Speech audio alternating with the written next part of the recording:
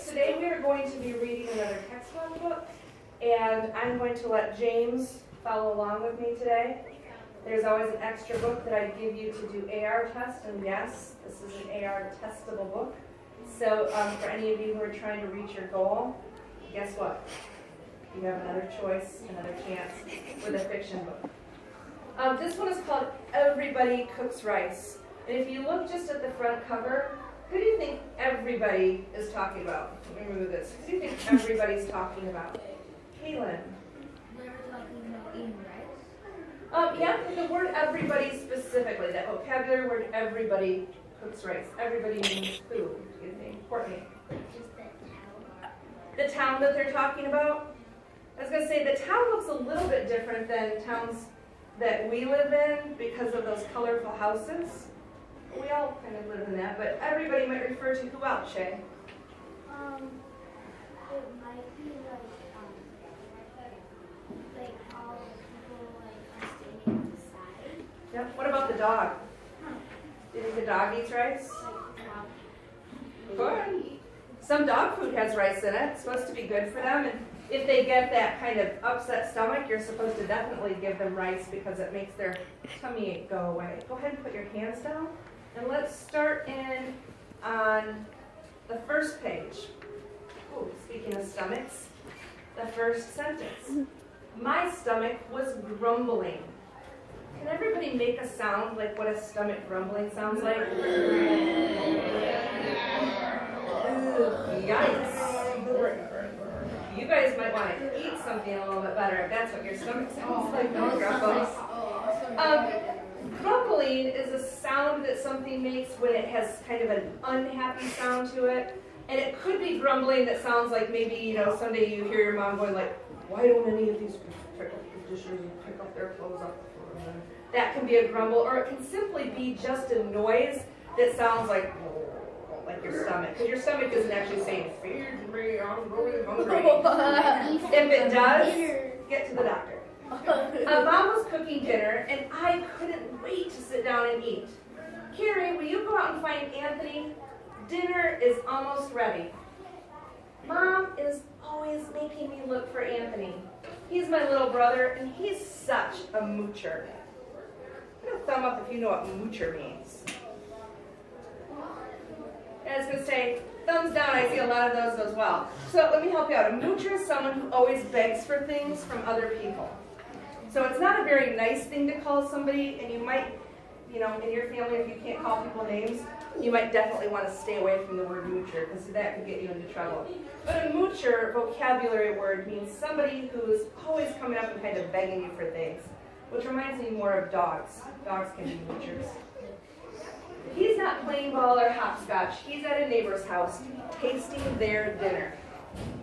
Ah, that's why he's a moocher. He's that neighborhood kid. Hi, Mrs. Smith. I smell a pie baking. That's my favorite. I walked outside and looked up and down the street. I couldn't see Anthony anywhere, so I went over to Mrs. Darlington's house. Anthony and I call her Mrs. D. She's our next door neighbor. So what's Carrie started doing in this neighborhood? Sarah?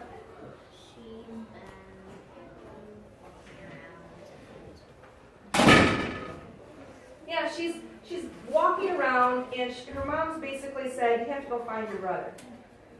And it's not like sometimes if somebody in your family goes missing, it's like, where did they go? But doesn't it seem almost like Anthony does this? He's done this before, because nobody went, Anthony's missing.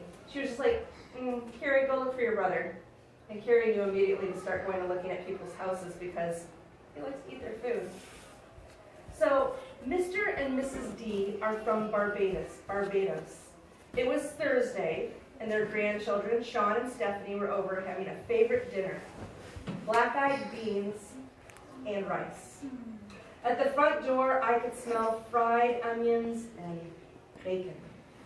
It made my mouth water.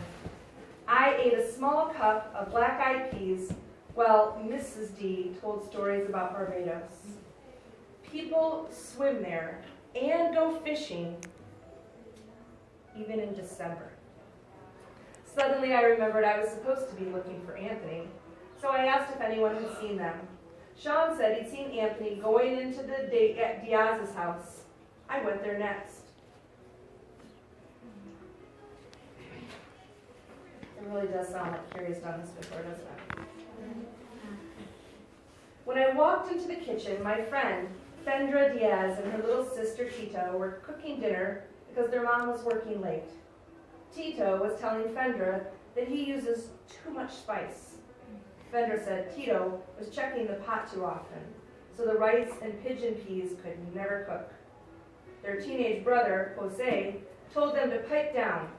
He wanted to watch, what do you think? Football. Base soccer. He wanted to watch TV, but yeah, you guys are getting so very specific that I love it. I looked in the pot to see what was cooking. The rice was bright yellow. Fendra told me that her grandmother in Puerto Rico had taught her how to cook with turmeric. Turmeric makes rice yellow. Tito gave me a taste from the cooking spoon. Boy, was it delicious. Then I asked if anyone had seen Anthony. Fendra said Anthony had been there to taste their dinner, but he had left to visit Duong. So I went across the street to Duong's house.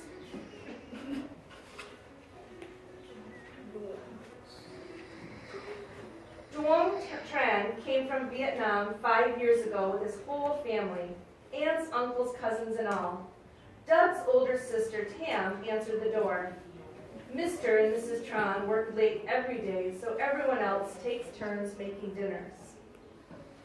Give me a thumbs up in the air if you've ever made a dinner at your house. Oh. I think I can figure out what to do this summer.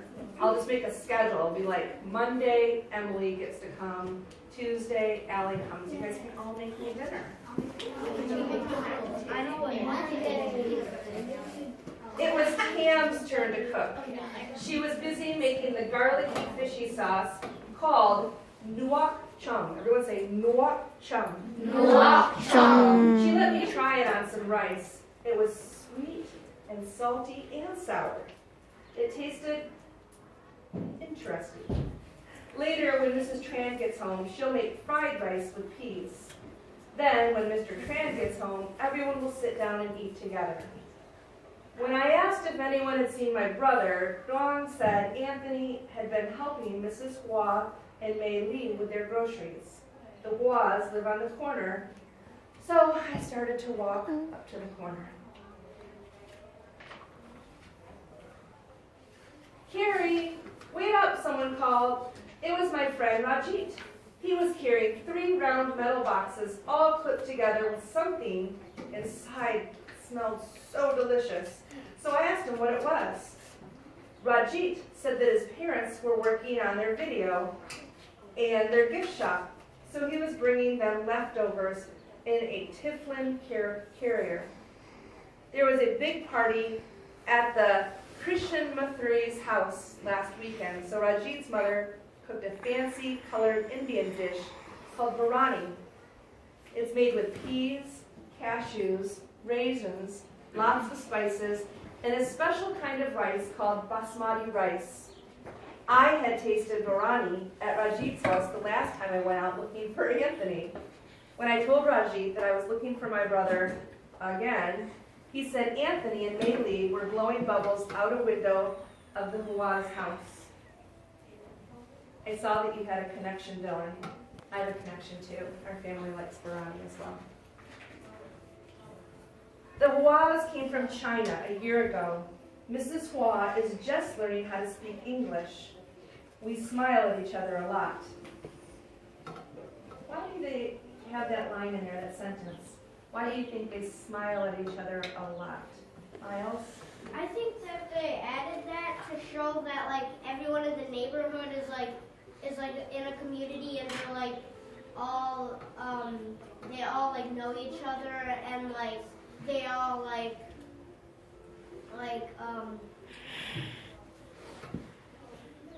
a lot of them are like friends that are like children and a lot of the parents are also friends because their children are friends.